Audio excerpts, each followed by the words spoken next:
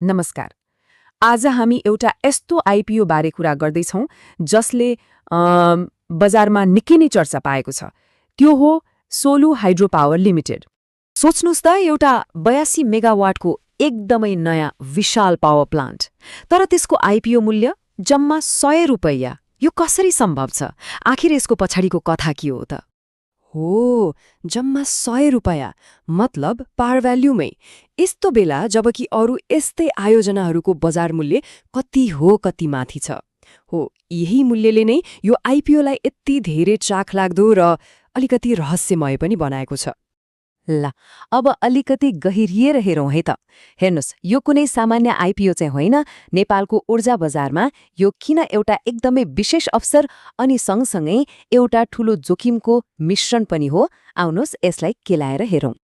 यो तुलनाले नै भनौँ न पुरै कथाको सार बताउँछ। एकातिर सोलु हाइड्रो पावर आइपिओ मूल्य जम्मा 100 रुपैयाँ, अनि अर्कोतिर त्यही सोलु क्लस्टरमा चलिरहेका छिमेकी आयोजनाहरू जसको बजार मूल्य 400 देखि 800 रुपैयाँसम्म छ।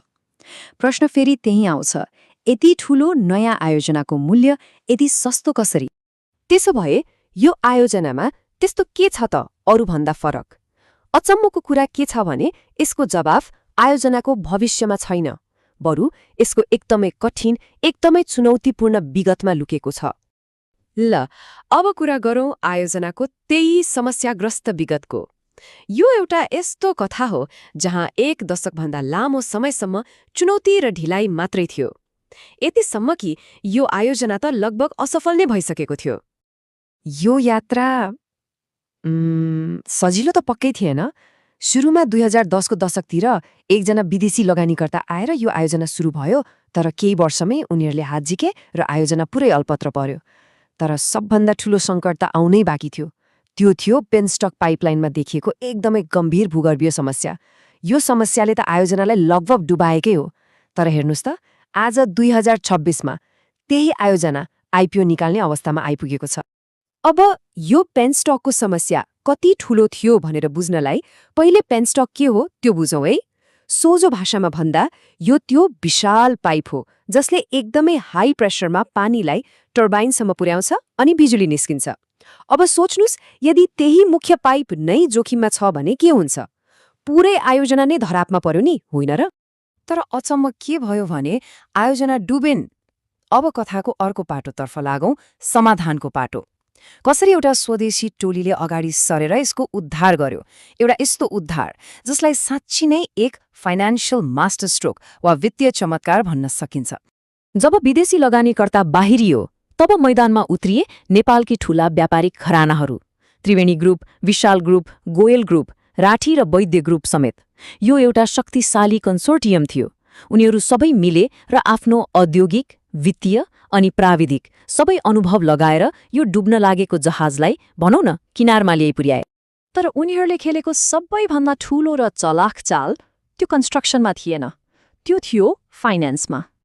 र त्यो चाल थियो यो नम्बर 40%। नयाँ किमले के गर्यो भने विदेशी ब्याङ्कहरूसँग बसेर डलरमा लिएको ऋणको 40% नै मिनाहा गराउन सफल भयो। सोची हेर्नुहोस् त, एउटै निर्णयले कम्पनीको टाउकोबाट अर्बौंको ऋणको भारी हट्यो। यसले कम्पनीको वित्तीय स्वास्थ्यलाई भनौँ न रातारात परिवर्तन गरिदियो र यही कारणले आज यो आइपिओ सम्भव भएको हो। त्यसो भए यो सबैको मतलब के हो त? यो पुरै उद्धारको कथाले अहिले आइपिओमा लगानी गर्न चाहनेहरूका लागि कसरी एउटा अद्वितीय अवसर सृजना गरेको छ? ल, अब यो पुनर्संरचनापछिको लगानीको हिसाब किताबलाई हेरौँ। यो चार्टले पुरै कथालाई सङ्ख्यामा देखाइदिन्छ।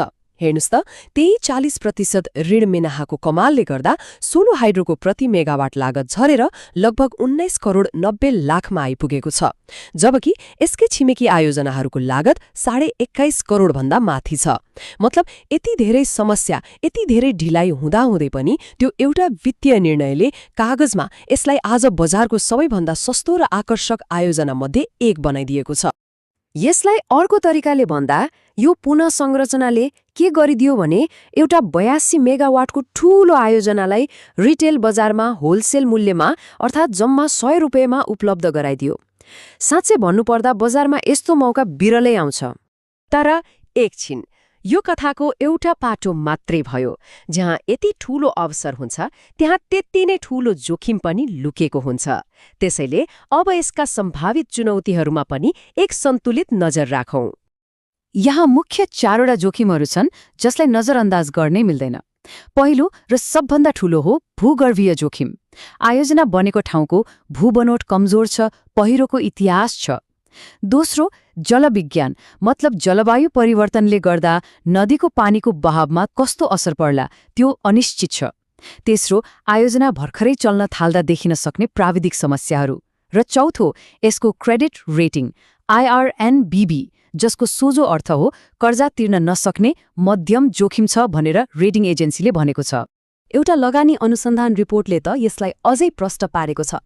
उनीहरू भन्छन् लगानीकर्ताहरूले एक किसिमले यो भूगर्भीय जोखिमलाई आफ्नै काँधमा बोकिरहेका छन्। वास्तवमा यो आइपिओमा लगानी गर्नु भनेको यही जोखिममाथि खेलिएको एउटा ठूलो बाजी हो। ल, अब यो सबै कुरालाई एकै ठाउँमा राखेर हेरौँ। यो कथा मूलतः एउटा टर्नअराउन्डको कथा हो, एउटा पुनरागमनको कथा। अब हाम्रो काम भनेको एउटा तराजुमा यसको अविश्वसनीय सम्भावनालाई राख्ने र अर्कोमा यसका वास्तविक खतराहरूलाई राखेर तौल्ने हो। यो तराजुको एकातिर के छ? अवसर, 82 मेगावाटको विशाल सम्पत्ति, एकदमै कम लागत र पछाडि बलियो प्रवर्धकहरूको साथ। अनि तराजुको अर्कोतिर के छ? जोखिम, त्यही खतरनाक भूगर्भ, पानीको अनिश्चितता र आयोजनाको त्यो समस्याग्रस्त इतिहास। यो हाई रिस्क हाई रिटर्नको एकदमै टेक्स्टबुक उदाहरण हो, जसले हामीलाई सबैभन्दा महत्त्वपूर्ण र अन्तिम प्रश्नमा लाई पुर्याउँछ। के यो आइपिओ साँच्चै एउटा शानदार वित्तीय पुनरागमन हो जसले एउटा विशाल सम्पत्तिमा सस्तोमा लगानी गर्ने मौका दिइरहेको छ, वा यो केवल चलाक वित्तीय व्यवस्थापनले छोपिएको एउटा खतरनाक भूगर्भीय बाजी मात्रै हो? निर्णय हरेक लगानीकर्ताले आफैले